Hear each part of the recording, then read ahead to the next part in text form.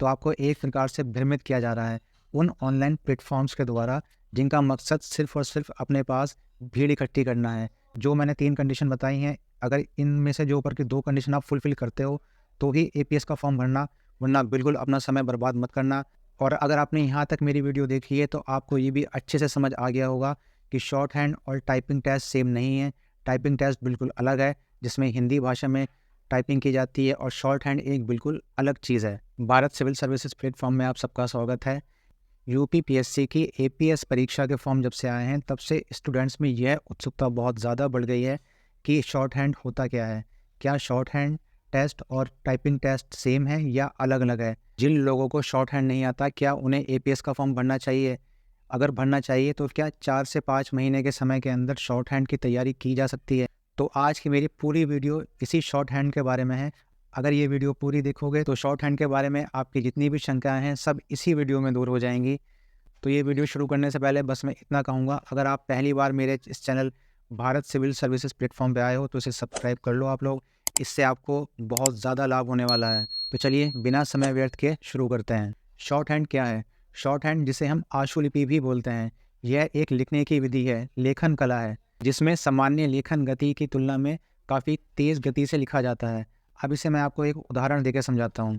मान लीजिए कोई एक बहुत कुशल और एक्टिव बंदा है, तो वह सामान्यतः जिस गति से लेखन कार्य कर सकता है उससे लगभग 5 गुना तेज़ गति से वह वार्तालाप कर सकता है, अर्थात अपने मुंह से बोल सकता है। तो ऐसी गति में की गई वार्तालाप जो कि सामान्य लेखन गति से 5 गुना तेज़ है, ऐसी वार्तालाप को यदि हमें लिपिबद्ध करना हो, अर्थात पेपर पे नोट करना हो, तो उसके लिए इतना तो स्पष्ट है कि सामान्य शब्दों का प्रयोग तो नहीं किया जा सकता। अपनी सामान्य भाषा और सामान्य लिपि का प्रयोग करके तो आप इतनी तेज़ बोली गई बातचीत को पूर्णतः नोट डाउन नहीं कर पाएंगे। तो ऐसा करने के लिए एक इनकोडेड भाषा का प्रयोग किया जाता है, जिसमें शब्दों के स्थान पर प्रतीकों का प्रयोग किया जाता है। इन्हीं प्रतीक या कोडवर्ड की सहायता द्वारा किए गए इस लेखन कार्य को शॉर्ट हैंड या आशुलिपि कहते हैं। इसका केवल एक ही लाभ है कि हम बहुत ही तेज़ गति से किए गए संभाषण या भाषण को बहुत सरलता से पूरा एज इट इज़ पेपर पे नोट कर सकते हैं, क्योंकि इसमें हम प्रतीकों का कोड वर्ड का इस्तेमाल करते हैं। अब मैं इसे आपके समझने के लिए और ज़्यादा आसान कर देता हूँ, स्क्रीन पर शॉर्ट हैंड की एक पिक्चर लगाकर। जी हाँ, स्क्रीन पर मैं शॉर्ट हैंड का एक एग्जाम्पल दिखा रहा हूँ, जिससे कि आप पूरी तरह से ये समझ जाओगे कि शॉर्ट हैंड होता क्या है। तो लीजिए आपकी स्क्रीन पर ये देखिए, ये है शॉर्ट हैंड। ये पूरा जो पेपर है इस पर कोई कीलम काटी या कीड़े मकोड़े नहीं बनाए गए हैं, बल्कि एक पूरा पेज कोड वर्ड और प्रतीकों की सहायता से लिखा गया है।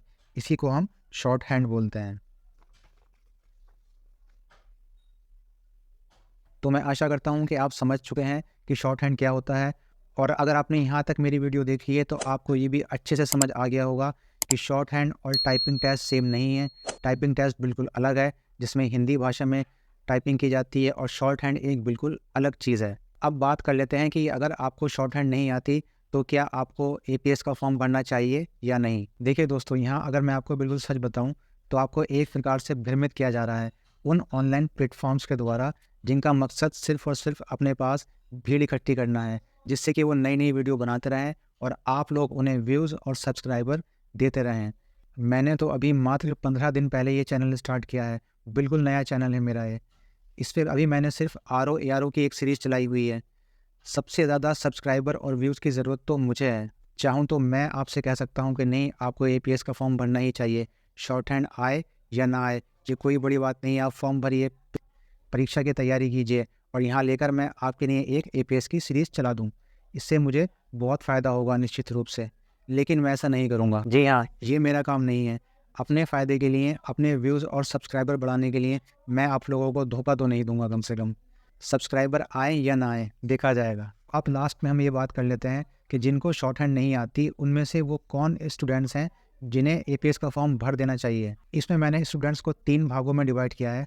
देखिए, पहले वो स्टूडेंट्स हैं जो पहले से ही प्रिपरेशन में हैं और उनका स्टैटिक पोर्शन यानी कि जीएस पूरा कवर है लगभग।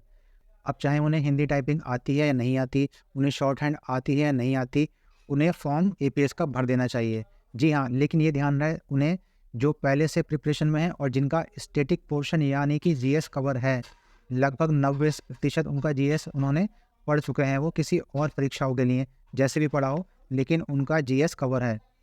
तो फ़र्क नहीं पड़ता उन्हें शॉर्ट हैंड आती है नहीं आती, टाइपिंग उन्हें आती है या नहीं आती, उन्हें फॉर्म एपीएस का भरना चाहिए, क्योंकि उनका स्टैटिक पोर्शन कवर है और वो जो उनके पास समय है अब से लेके परीक्षा तक, उनका शॉर्ट हैंड और टाइपिंग टेस्ट हो सकता है। तो ऐसे विद्यार्थियों को ये एपीएस का फॉर्म भर देना चाहिए। अब दूसरे वो विद्यार्थी हैं जो पहले से प्रिपरेशन में हैं, लेकिन उनकी जीएस पूरी कंप्लीट नहीं है, लेकिन लगभग 50% उनका जीएस कवर है और साथ में उन्हें हिंदी टाइपिंग भी आती है, लेकिन शॉर्ट हैंड नहीं आता। अब यहाँ ये अंतर समझना जो बता रहा हूँ मैं, ये दूसरे वाले वो विद्यार्थी जिन्हें 50% उनका जीएस कवर है और उन्हें हिंदी टाइपिंग आती है, लेकिन उन्हें शॉर्ट हैंड नहीं आता, वो लोग भी एपीएस का फॉर्म भर सकते हैं। जी हाँ, बिल्कुल भर सकते हैं, क्योंकि उनका 50% जीएस कवर है और उनकी टाइपिंग पहले से ही सेट है, तो वो इतने टाइम में केवल शॉर्ट हैंड कर ले जाएंगे आधे जीएस के साथ। अब तीसरे वो विद्यार्थी आते हैं जो बिल्कुल नए हैं तैयारी में, अभी उन्होंने कोई पहले से प्रिपरेशन नहीं की है, या अगर पहले से प्रिपरेशन में हैं भी तो उनका जीएस ठीक से पढ़ा हुआ नहीं है, उनकी तैयारी अच्छी नहीं है, मतलब 50% से भी कम है। तो अब चाहे उन्हें टाइपिंग आती है या नहीं आती, बिल्कुल भी ट्राई मत करना। शॉर्ट हैंड अगर आपको नहीं आता तो बिल्कुल भी ट्राई नहीं करना। हाँ, अगर शॉर्ट हैंड पहले से आता है तो कोई दिक्कत ही नहीं है। अगर आपने शॉर्ट हैंड आपने पहले से किया हुआ है तो आप एपीएस का फॉर्म भर ही सकते हैं, लेकिन अगर आपने शॉर्ट हैंड नहीं किया और आपका जीएस वाला पोर्शन भी ठीक से कवर नहीं है, तो बिल्कुल ट्राई मत करना, बिल्कुल आप अपना समय बर्बाद कर रहे हो। जिस एग्ज़ाम को फोकस कर रखा होगा आपने भविष्य के लिए, उससे भी भटक जाओगे, आपकी सारी स्ट्रेटजी तहस-नहस हो जाएगी। बिल्कुल भी ट्राई मत करना, ये बिल्कुल आपके लिए वेस्टेज ऑफ टाइम है, आपके पैसे की बर्बादी है, आपके समय की बर्बादी है, आपकी जो भी आपने अपनी किसी परीक्षा के लिए स्ट्रेटजी बनाई होगी, वो सब बिगड़ के रह जाएगी। तो ऐसे विद्यार्थी बिल्कुल भी इस परीक्षा के लिए ट्राई ना करें, और कोई और परीक्षा जो आगे आने वाली परीक्षा है, जैसे आरओ एआरओ की परीक्षा है या 2024 में जो परीक्षाएँ आने वाली हैं, आप लोग उस पे फोकस कीजिए, उसके लिए अपनी रणनीति बनाइए। यहाँ पर इस परीक्षा में आके अपना समय बर्बाद मत कीजिए। बहुत सारे चैनल ऐसे हैं, बहुत सारे यूट्यूब चैनल हैं जो आपसे ये कह रहे हैं कि अरे नहीं, 3-4 महीने का समय है, आराम से शॉर्ट हैंड हो जाएगा। आप मेरी बात ध्यान से समझो, ये मैं सिर्फ़ आपके फ़ायदे के लिए बता रहा हूँ। मेरा इसमें कोई फ़ायदा नहीं है, क्योंकि जब मैं किसी परीक्षा के लिए आपसे मना कर रहा हूँ, तो मैं एक तरह से अपना भी नुकसान कर रहा हूँ, क्योंकि मेरा भी यही काम है और मेरा चैनल तो अभी बिल्कुल नया है, तो मुझे तो और ज़्यादा लोगों की आवश्यकता है, और ज़्यादा सब्सक्राइबर की, और ज़्यादा व्यूज़ की। लेकिन फिर भी मैं आपसे मना कर रहा हूँ कि यहाँ अपना समय बर्बाद मत करना। जो मैंने 3 कंडीशन बताई हैं, अगर इनमें से जो ऊपर की 2 कंडीशन आप फुलफ़िल करते हो, तो ही एपीएस का फॉर्म भरना, वरना बिल्कुल अपना समय बर्बाद मत करना, अपना फ़ोकस मत हटाना अपनी परीक्षा पे से। जिस परीक्षा के लिए आप तैयारी कर रहे हो या आप रणनीति बनाने वाले हो भविष्य में, केवल वहीं फ़ोकस करना। यहाँ अपना समय बर्बाद करने की आपको कोई आवश्यकता नहीं है। क्योंकि देखिए, जैसा आपको ये बताया जा रहा है ना कि 4-5 महीने में शॉर्ट हैंड हो जाएगा, मैं मानता हूँ आप यदि बहुत ज़्यादा परिश्रम करते हो, बहुत ज़्यादा टाइम मैनेजमेंट करते हो, तो आप शॉर्ट हैंड कर लोगे। समस्या देखिए ये नहीं है कि शॉर्ट हैंड हो जाएगा, 4-5 महीने में शॉर्ट हैंड हो जाएगा। मेन चीज़ है स्पीड बनाना। ऐसे समझो, जब आप कोई नई भाषा सीखते हो, तो आप उसे बोलना तो बहुत जल्दी सीख जाते हो, लेकिन उसमें एक लय लाना, उसमें एक स्पीड पैदा करना कि आप बहुत ही स्पीड के साथ, बहुत ही फ्लुएंटली आप इस भाषा को बोल सकें, इसमें आपको काफ़ी समय लगता है, क्योंकि इसमें आपको बहुत ज़्यादा प्रैक्टिस चाहिए। तो वही बात आपके यहाँ लागू होती है। जो लोग आपको ये बता रहे हैं कि आप 4-5 महीने में या 6 महीने में शॉर्ट हैंड सीख जाओगे, बिल्कुल सीख जाओगे, मैं इससे इनकार नहीं कर रहा। लेकिन इसमें जिस स्पीड की आपको आवश्यकता होगी शॉर्ट हैंड में, वो आप इतने कम समय में कभी नहीं कर पाओगे। अगर करोगे, तो बाकी जो आपकी पोर्शन है, जीएस है, टाइपिंग है, मेन तो जीएस है, उस पे वो फोकस नहीं रहेगा, तो वैसे भी आप इस परीक्षा से आउट हो जाओगे। तो इस बात को आप समझो, बार-बार समझो कि आप 4 महीने में, 5 महीने में, 6 महीने में भी शॉर्ट हैंड कर लोगे, लेकिन मेन चीज़ स्पीड है। स्पीड आपकी वो इतने कम समय में डेवलप नहीं हो सकती, होगी तो आपकी बाकी परीक्षा बिगड़ जाएगी। तो चलते-चलते आपसे मैं यही कहूँगा कि जो मैंने आपको 3 क्राइटेरिया बताए हैं, यदि उनमें से आप पहले 2 क्राइटेरिया फुलफ़िल करते हैं, तो ही एपीएस का फॉर्म भरना, अन्यथा आप अपनी किसी और परीक्षा पे फ़ोकस करके अपना समय भी बचाइए, अपना पैसा भी बचाइए और अपनी रणनीति भी बचाइए। तो मैं आशा करता हूँ मेरी इस वीडियो से आपको थोड़ा बहुत लाभ तो ज़रूर हुआ होगा। आपकी शंकाएँ भी दूर हुई होंगी। आपने ये भी जाना होगा कि शॉर्ट हैंड क्या होता है और ये कितना आवश्यक है। इसके साथ या इसके बिना आप इस फॉर्म को भरें या ना भरें। तो मैं आशा करता हूँ कि थोड़ा बहुत तो मेरी वीडियो से आपको लाभ हुआ होगा। अगर आपको ये वीडियो अच्छी लगी है तो इसे लाइक किए बिना बिल्कुल मत जाना। अगर मेरे चैनल को आपने अब तक सब्सक्राइब नहीं किया है या आप पहली बार इस चैनल पे आए हो, तो मेरा देखिए बिल्कुल नया चैनल है, अभी लॉन्च करा है। इस पे अभी मैं केवल आरओ एआरओ की एक मैंने जीएस और हिंदी की सीरीज़ चलाई हुई है। आप लोग मेरे चैनल को सब्सक्राइब कीजिए।